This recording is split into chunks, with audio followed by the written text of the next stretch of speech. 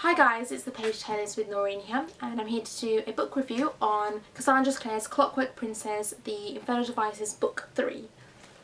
Okay, so first things first, this review will contain spoilers, so let's get started. Pretty much my opinion with all of these characters in this book, Will, Tessa, Jem, they remain the same. I love all three of them to bits. I especially love Will. He's one of my favourite male characters there is in any books. It's just his personality wise, his appearance wise, just everything about him is amazing, and I love him so much. If you want to see my review of Clockwork Prince, then click here.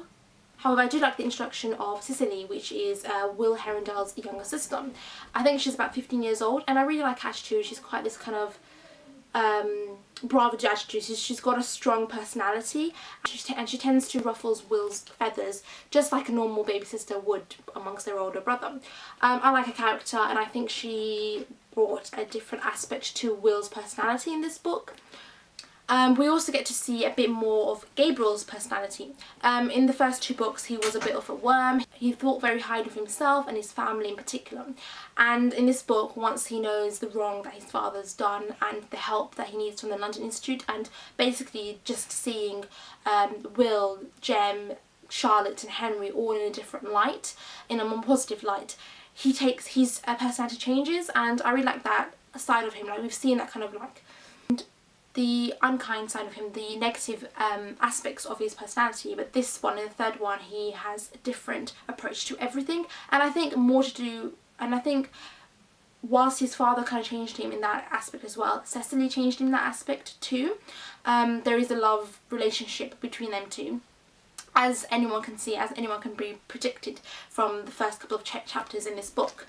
But yeah, I liked seeing Gabriel's new side of him, and he does, even though he's very the first one to admit that it isn't true, he does have a very similar attitude to Will, kind of the charisma attitude, kind of being outspoken. In terms of the plot, in all my reviews, I tend to go on a little bit more about the characters rather than the plot. But as I said before, aside from Gabriel and Cicely, my opinion of the main characters are pretty much the same as the first two books.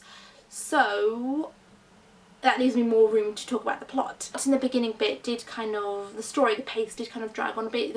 It didn't seem like Cassandra was delving into the plot straight away. However, once Mortimer appears in this book, his name is mentioned in this book, the pace kind of quickly develops on from then on. Overall, this story, it's a very, I love the ending, but I also felt sad when reading the ending. Okay, first of all, talking about the plot itself, I like the whole story with Mortimer brings his Ottomans to life, essentially, using greater demons as spirits into those robots, into those Ottomans. It gives them a new kind of life, makes them stronger, more powerful, and indestructible against Shadowhunters' weapons.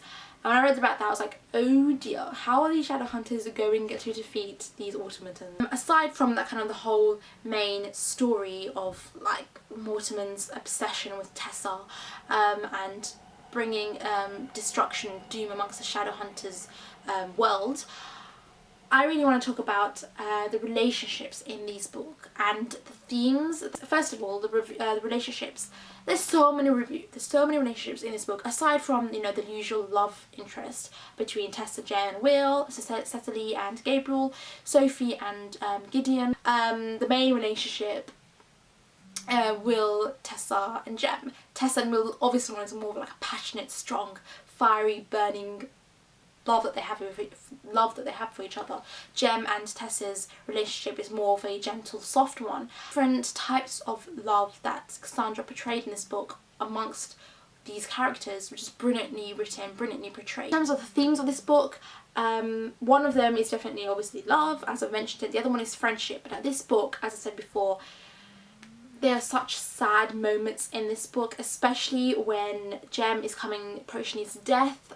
And it's like the talk he has with Charlotte when she bursts out crying and saying Jem says to her, oh, I really wish I could see your child being born. One of the most sad moments in this book and there are a lot of sad moments in this book, is the talk that Will and Jem have with each other. Tess has already been abducted by Waterman, and Jem is saying to her, after he finds out that Will is in love with her as well, he gives his permission to go out and search for Tessa, for the both of them. And just that is the last conversation that they're going to have with each other as Shadowhunters, and Will can feel it, Jem can feel it, he's being pulled away. The sad moment, like they could picture themselves when they were little children running in the training room. From there you can see the true friendship they have.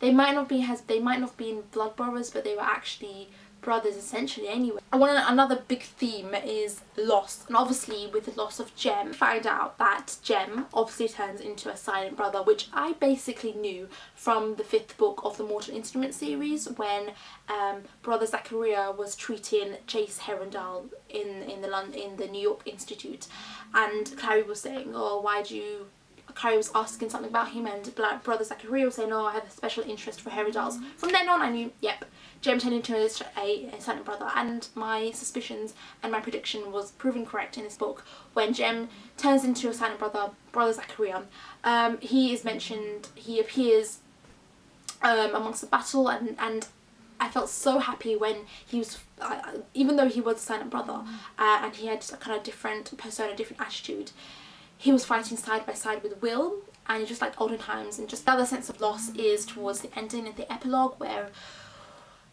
Will passes away, and that was the most difficult couple of pages for me to read, because I was overcome with this sad emotion. I mean, why couldn't Cassandra just write in the epilogue through Tessa's perspective, like, yeah, Will died, passed away, and now it's the year 2008. Why did she have to go great detail in how he died? And I love Will so much, but just reading that, it just made me really, really sad. I just thought maybe somehow he could have come back, he could have lived forever with Tessa, and he could have reappeared in Mortal Instruments, but I know from this book he's gone, which is really, really sad. But I did like the way Cassandra described his death. You know, he's amongst his family, his children, his grandchildren. Charlotte came, Sophie came, Cecilia came, Gabriel came, and the last ending bit where Jem finally comes. He's still a silent brother, and Tess is just lying down beside Will in his dying moments, and Jem plays the violin, and through that tune that he plays, Tessa could feel all the past times that Jem and Will had together since they were small, since they met Tessa, and the rare moments that Jem as a silent brother had with Will. I have a feeling that Tessa will definitely appear in the last book in the Mortal Instruments series. But I found out after reading this book, I went to the internet and I thought, no, this can't be the end, that somehow Will appear somewhere, and he does. After the Dark Artifices, Cassandra Clare is going to make another book, which the title is yet to be known, but it's set in the year 1903, and it's the main characters are going to be Will and Tessa's firstborn child, James. They named him after Jem. It's also going to be involving Cecily's and Gabriel's children, and Will's other 2 children as well. So there we're going to see more of Will, because obviously he's going to be a father. He's probably going to be in his 40s or something, but he still will be there. So that is not the end of Will. So I hope you liked my review.